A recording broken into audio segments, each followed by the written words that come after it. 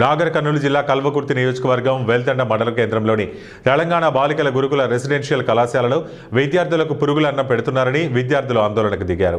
హైదరాబాద్ శ్రీశైలం జాతీయ రహదారిపై బైఠాయించి ప్రిన్సిపల్ను సస్పెండ్ చేసి మాకు న్యాయం చేయాలని రోడ్డు మీద ఆందోళన చేపట్టారు. ఈ సందర్భంగా విద్యార్థినిలు మాట్లాడుతూ నాణ్యమైన భోజనం అందించడం లేదని, పురుగుల అన్నం పెడుతూ విద్యార్థులను అనారోగ్యాలకు గురిచేస్తున్నారని ఆందోళన వ్యక్తం చేశారు. పురుగుల అన్నం తిని ఇప్పటికే పలువురు విద్యార్థులు అస్వస్థతకు గురయ్యారని వాపోయారు.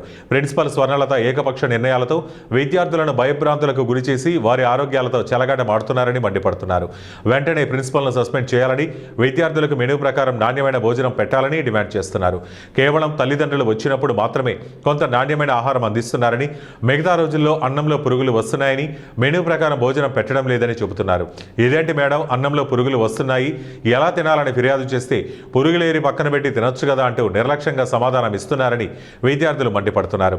ఘటనా స్థలానికి చేరుకున్న పోలీసు అధికారులు, ప్రజాప్రతినిధులు నచ్చజెప్పి ఆందోళన విరమింపజేయమని విజ్ఞప్తి చేయగా విద్యార్థులు ససేమిరా అంటున్నారు. ఎస్ఐ కురుమూర్తి విషయంపై అధికారులతో మాట్లాడగా సంబంధిత అధికారులకు ఫిర్యాదు చేసి సమస్యలు పరిష్కరిస్తామని హామీ ఇవ్వడంతో పాటు కళాశాల ప్రిన్సిపాల్ క్షమాపణలు కోరడంతో విద్యార్థులు ఆందోళన విరమించారు.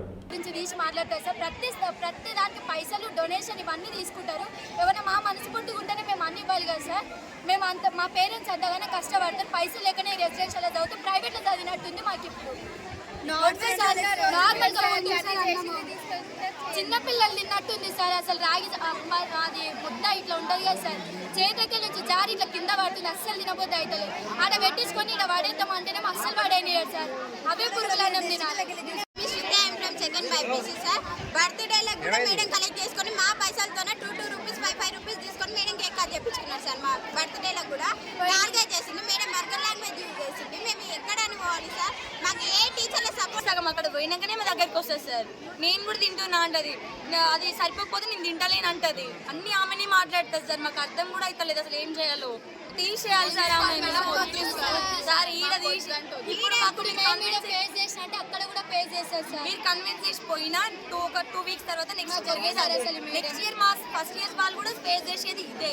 వాళ్ళు భరించొద్దు సార్, ఈ నరకం భరించొద్దు. అసలు ఏమన్నా ఒక క్వశ్చన్ చేసి మాట్లాడితే ఆ టికెట్స్ ఆపేస్తా అంటారు సార్. ఎవరు భయపడాలి సార్? మేము ప్రేయర్లో కళ్ళు తిరిగి పడితే అది వాళ్ళ ప్రాబ్లం సార్, కాబట్టి అది వాళ్ళ ప్రాబ్లం అని అట్లా మాట అంటారు తప్పించి ప్రతిసారి ఇట్లా ప్రాబ్లం ఉంది నేను పెట్టిస్తాను మాత్రం ఏనాడు అనలేదు సార్. మేడం అయితే కడుపు నొప్పి వస్తుందంటే ఒక అమ్మాయికి అపెండిక్స్ ఆపరేషన్ అయింది సార్.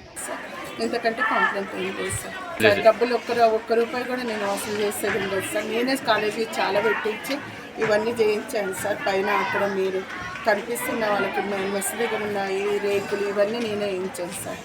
నేను ఒక్క రూపాయి కూడా ఎవరి దగ్గర అట్లాంటిది ఒక్కటి కూడా లేదు సార్. ఒక్క రూపాయి కూడా ఎవరి దగ్గర నేను ఆశించను, తీసుకొని నా దగ్గర అట్లాంటి ఆలోచన నాకు. నేను స్కూల్లోనే ఉంటాను సార్. సరే అలాంటిది ఏమి ఉండదు సార్. సెలబ్రేషన్ కూడా కూల్ డ్రింక్ చేయించుకున్నారంట డబ్బులతో. నా దగ్గర ఏం లేదు సార్. నాకు ఎవరు ఏమి ఇవ్వలేదు అసలు. నాకేం చెప్పండి, దీని మీద ఏం చెప్తారు? లేదు సార్. నాకు